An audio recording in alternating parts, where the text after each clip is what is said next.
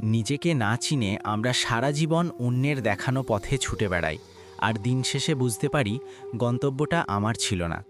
তখন মনে হয় এতদিন যে দৌড়ালাম সেটা আসলে কার জন্য? সমাজের প্রশংসা, পরিবারের প্রত্যাশা, নাকি অন্যের চোখে ভালো মানুষ হয়ে ওঠার জন্য?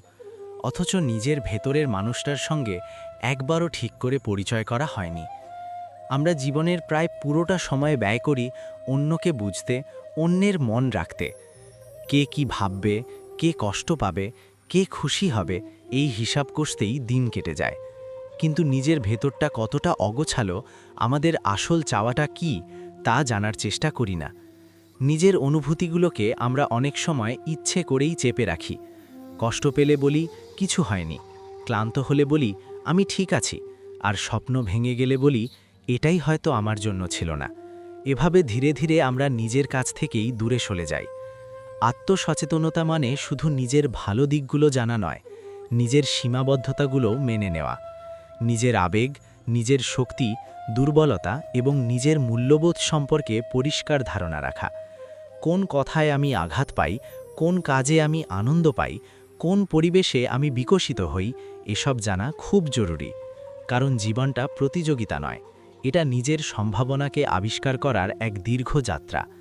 নিজেকে না চিনলে আমরা বারবার ভুল সম্পর্কে জড়াই, ভালোবাসা আর একাকিত্বের ভয়কে গুলিয়ে ফেলি, ভুল ক্যারিয়ারের সময় নষ্ট করি শুধু নিরাপত্তার জন্য বা অন্যের প্রশংসা পাওয়ার আশায়। অনেক সময় অন্যের স্বপ্নকেই নিজের স্বপ্ন ভেবে দৌড়াই।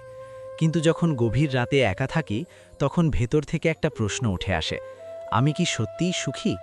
সেই প্রশ্নের উত্তর যদি স্পষ্ট না হয়, তবে বুঝতে হবে এখনও নিজের সঙ্গে পরিচয় সম্পূর্ণ হয়নি। আয়নার সামনে দাঁড়িয়ে নিজের ভুলগুলো স্বীকার করার সাহস যার আছে, সেই মানুষটাই সবচেয়ে বেশি শক্তিশালী। কারণ আত্মসমালোচনা দুর্বলতার নয়, পরিপক্কতার লক্ষণ। নিজের ভুল স্বীকার করতে পারা মানে নিজেকে বদলানোর সুযোগ তৈরি করা। আমরা প্রায়ই অন্যকে দোষ দিই, পরিস্থিতি, পরিবার, সমাজ, কিন্তু নিজের সিদ্ধান্তগুলোর দায় নেওয়াই হলো সত্যিকারের বড় হওয়া। নিজের ভেতরের নীরব কণ্ঠস্বরটা শুনতে শিখুন। প্রতিদিন অন্তত কিছু সময় নিজের জন্য রাখুন। ডায়েরি লিখুন, একা হাঁটুন, ফোন দূরে রেখে নিজের চিন্তাগুলোকে জায়গা দিন। কখনো কখনো নীরবতাই সবচেয়ে স্পষ্ট উত্তর দেয়। ভেতরের অস্থিরতাকে এড়িয়ে না গিয়ে তাকে প্রশ্ন করুন, তুমি আমাকে কি বলতে চাও? দেখবেন ধীরে ধীরে নিজের ভেতরেই এক নতুন আলো খুঁজে পাবেন। মনে রাখবেন, পৃথিবীর সব সম্পর্কের আগে আপনার নিজের সঙ্গে সম্পর্কটাই সবচেয়ে গুরুত্বপূর্ণ।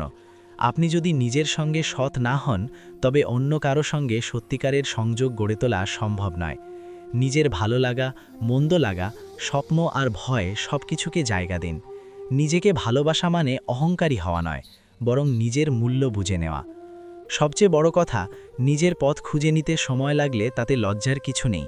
সবাই একই সময়ে সবকিছু বুঝে ফেলে না। ধীরে চলা মানেই পিছিয়ে পড়া নয়, বরং ধীরে চললে পথের দৃশ্যগুলো স্পষ্ট দেখা যায়। জীবনটা আপনার, তাই সিদ্ধান্ত আপনার হওয়া উচিত। অন্যের পরামর্শ শুনুন, কিন্তু চূড়ান্ত সিদ্ধান্ত নেওয়ার আগে নিজের হৃদয়ের দরজায় কড়া নেড়ে নিন। কারণ আপনার সবচেয়ে ভালো বন্ধু এবং সবচেয়ে বড় শিক্ষক আপনি নিজেই।